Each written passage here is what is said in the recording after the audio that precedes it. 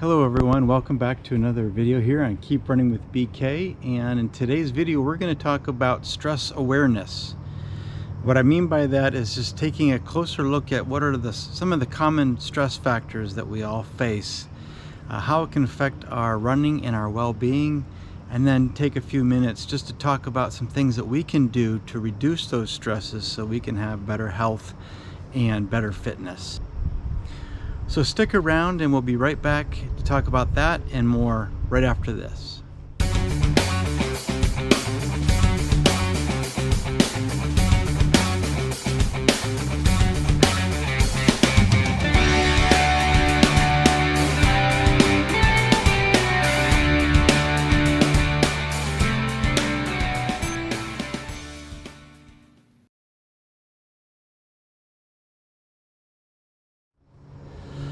So as I said in today's video, we're going to be talking about stress awareness, which starts with being aware of what are some of the stress factors that are going on in our lives. Now, these are things that we all know, but have we actually taken the time to slow down, think about those, even write them down, and then have a plan of attack to reduce those stress factors so that we can enjoy our lives more, have better health, and ultimately have better results in our run training.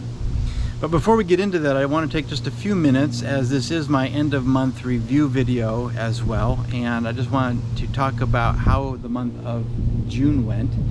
So I finished up June, the first half of 2021, with a total of 855 miles, which is by far the best first half of a year that I have on record.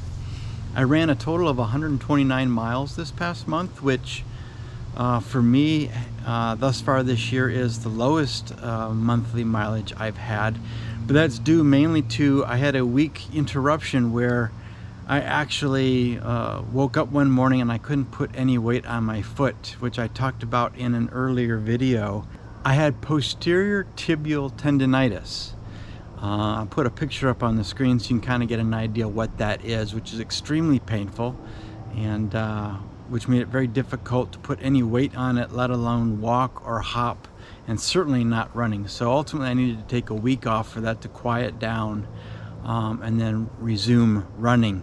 But I did run 19 times this month for an average of 6.79 miles per run. And as I shared in my MAF 1 year later video, I've actually recorded 1,500 miles since this time last year when I started MAF training. And I'll put a link to that video if you're interested in hearing more about that and how that went in the upper corner. I do have a few other exciting announcements just to share with you. So I am officially off the waiting list and officially registered for my next 50K ultra marathon coming up at the end of August. So I have roughly 7 weeks to finalize my preparations for that. I've been training with that as the goal and with that in mind all along, and it is official. It is on the calendar, paid and ready to go. And so over the next couple of weeks I'm going to continue to maintain my 40 to 45 miles a week. I've got some new shoes coming in with a little bit more cushion for some of those long runs as I continue to try to add a little bit more mileage to each of those long runs and give my legs a little bit of break. And then I will do a proper taper and keep the fingers crossed and pray that the ankle holds up, so I don't have some of the same problems that I had last year in October when I ran my 50K. I also had an opportunity to head up north and visit my parents and go for a run in my own hometown. And I'll be sharing some video footage from that throughout the rest of this video as we talk about today's topic. Last minute I signed up for a 5K charity run for the Hope Youth Corps that was putting it on. They did their Hope Run 21. It's a wonderful organization. Both my girls participated in some of their activities in years past. And so I wanted to support them. Unfortunately, I had the tendinitis issues which sidelined me for the actual day of the event. Now, it was a virtual event. I wasn't stressing out about it a whole lot pun intended, being that we're talking about stress today. So I simply allowed myself to recover from the tendinitis, give myself a week to ease back into things, and then for my final run of the month of June, I actually made up that virtual 5K and ran a time of 23:27. But today I want to talk about stress, being aware of the stress factors in our lives, how that affects us, and then what we can do to better manage the stress so that it doesn't interfere with our life as well as our training. So stress affects us all. And as we talk about stress, I think it should be obvious to all of us that some stress is good and beneficial. We grow from being stressed or squeezed. Our fitness improves from repeated bouts of stress in our running. And over time, we get more comfortable with that as the body adapts to it. So stress is important, it's required, it's necessary for us to improve as runners. But stress can also be a bad thing if it's an excessive amount of stress, or if these stresses impact other aspects of our lives that negatively impact our health or our training. And that's what I want to talk about today. Some examples of stress that can affect our running is if we are experiencing too much stress too soon. Perhaps we head out the door and we start running and we try to do too much, either too much speed, too much intensity, too much distance too soon. That can result in an injury. That would be a bad type of stress.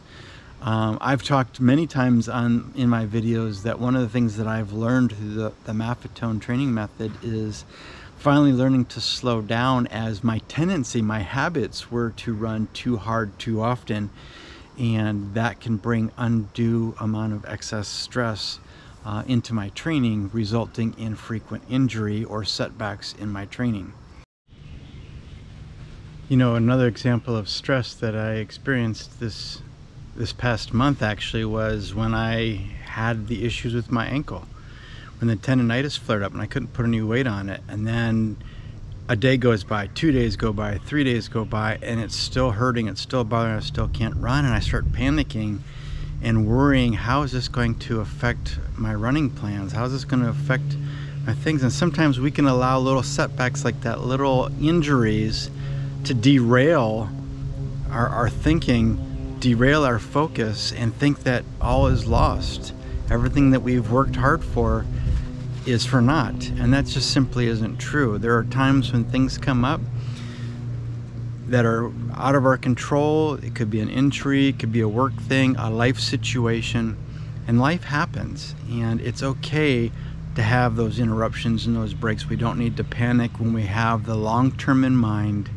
The goal is to keep running for the long term, and that means that we run smart, we run when we can, and we take things in stride when hiccups in life occur, and that we don't let that to take us down a downward spiral and further distract us from what's really truly important.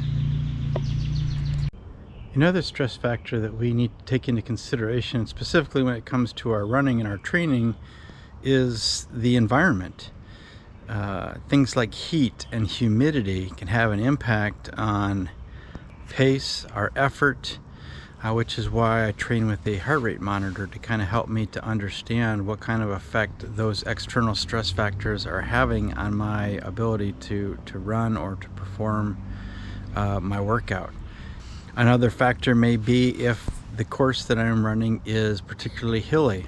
That's a level of stress put on the body that I have to make adjustments for. I may need to slow down, or I may have to think about that ahead of time when figuring out how long I'm going to run or how that fits into my overall training week.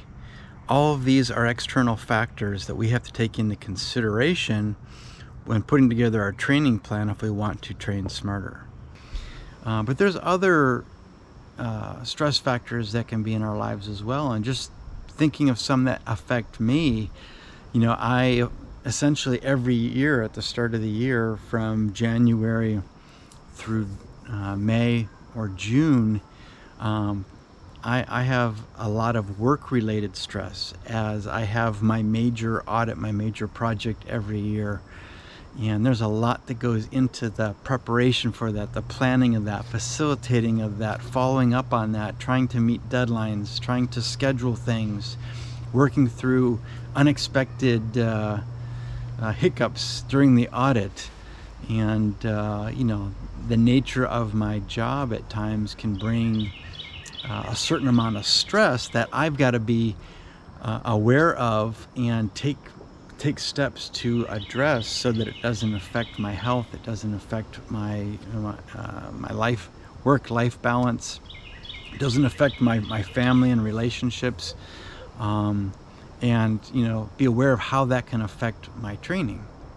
When our friends or family are going through challenges or health issues, that can add stress because of the investment we have in them relationally. My daughter going through surgery, my dad going through surgery, having friends having health issues, expectations that are put on me, and perhaps disappointing them or them disappointing me. That can all add relational stress to our lives. And carving out time, making sure that we take care of those things that are most important to us, those being the people in our lives, is critically important, not only to our overall well-being, but also it affects our training.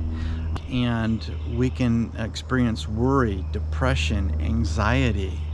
These are just a few examples of physical and mental stress that can affect, again, our overall health, well-being, and our training. Excess stress negatively impacting our lives is probably pretty obvious to many of us, but when it comes to our running, it can also affect us by elevating our heart rate. If we don't get proper sleep, then we're not getting a full recovery. If we're not allowing enough rest, or if we're not building into our training plans enough easy days to fully recover, that's stress on our bodies that can accumulate over time and lead to injury. It can lead to a suppressed immune system, and we can become sick.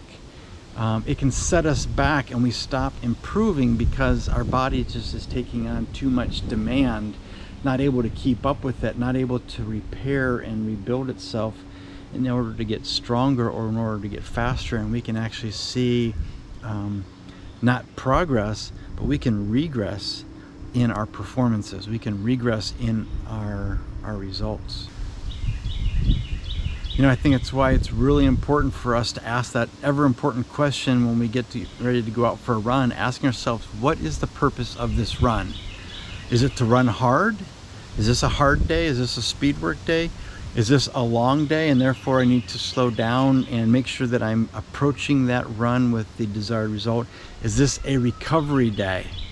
Making sure that I am making recovery days truly recovery days and going easy, and not getting caught up in feeling like I need to run faster.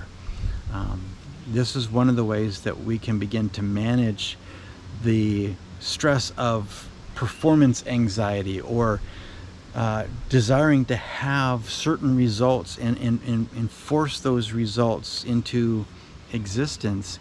We can add levels of stress mentally, emotionally, as well as even physically on our bodies that isn't healthy. Making sure that we get proper rest. We should be making sure that we're getting 7 to 8 hours of rest, which may mean getting on a more consistent routine, making sure that we're going to bed at a more consistent time, that the environment around us provides us the necessary factors to be able to get good rest. Evaluating our diet and making sure that we're eating consistently, we're eating healthier meals, that we're staying hydrated throughout the day. We're careful of what type of calories we're taking in through the type of beverages that we're drinking throughout the day, and making sure that we're not adding excess amounts of sugar or unnecessary calories, or excessive amounts of caffeine. Sometimes when we're stressed, we feel tired, and so therefore we drink extra coffee, extra tea, taking in caffeine or energy drinks, things of that nature, which can add stress to our bodies. It can start to begin to affect our sleep at night, and so we gotta be very careful of that. Maybe taking breaks during our day to go for a walk, or to step away from the busyness or the craziness or from the problem solving of the day, and just finding some time for quiet, some time for meditation or prayer, or listening to music that helps us to relax and refocus, so that we're mentally fresh when we come back and not feel tired. I think one of the things to help manage relational stress is make sure that we schedule and make time for our friends, for our family, that we're spending times talking about and sharing and making memories around things that are important to us outside of running. And so that we have, that good work-life training balance, and making time management, I guess, is what I'm talking about. Prioritizing those things that are truly important to us, be it our training, be it our relationships, be it time for ourselves to unwind, to recover and rest, and not become workaholics, runningaholics, trainingaholics, and just caught up in all the craziness and busyness. I wanted to share about stress just because I know for me that has been a huge deal for me the first half of this year. The pandemic, work, health issues, personally and with my family, just a demand on my time, increasing my mileage and all the training. I just know that sometimes we can just have this stress continue to build and weigh on us, and I think it's really important to pause and talk about it in the context of our well-being and our running. And I just want to encourage you, take some time to be aware of what the stress factors are in your life, and then come up with a plan for stress management. I would really encourage you to write down what are all the stresses that you are dealing with, which are the biggest stresses, and maybe pick one or two of them to focus on. How can I reduce the stress? What are the things within my control that I can do to manage those stress factors, to reduce the stress, so that I can get the most out of my training, I can get the most out of my relationships, and I can live a healthy, stress-free, less stress, whatever the right word is there. I would also encourage us to sit down and evaluate our training plan, making sure that we're not overstressing our bodies by trying to do too much too soon or too hard too often. I always say on my channel, one of our goals is to train smarter. And so I really challenge you to train smarter by learning what the stress factors are in your life and taking the proper steps to reduce that stress so that you can be more effective when you head out on the road. Share in the comments below, what are some of the major stress factors that you're wrestling with, and what are your plans to address that stress, to find ways to reduce that stress? And by all of us sharing our thoughts and ideas, maybe we can learn from each other and help one another, encourage and support one another to reduce the stress, and therefore train smarter. And with that, I want to close by saying thanks for checking out the channel. Give me a thumbs up if you found this valuable, if you found this was a good topic to pause and think about and give some thought to. And if you're new to the channel, I'd really appreciate you checking out other videos and subscribing to the channel. You can follow me on Twitter. I do share a couple things throughout the week that maybe I don't cover in a video. If you want to follow my training, you can look in the show notes below and find me on Strava. And through these comments, through following each other on Strava, what have you, it's just a great way to get to know the Keep Running with BK community, and really encouraging one another throughout the week. And with that, as I always say, be safe, train smart, and keep running.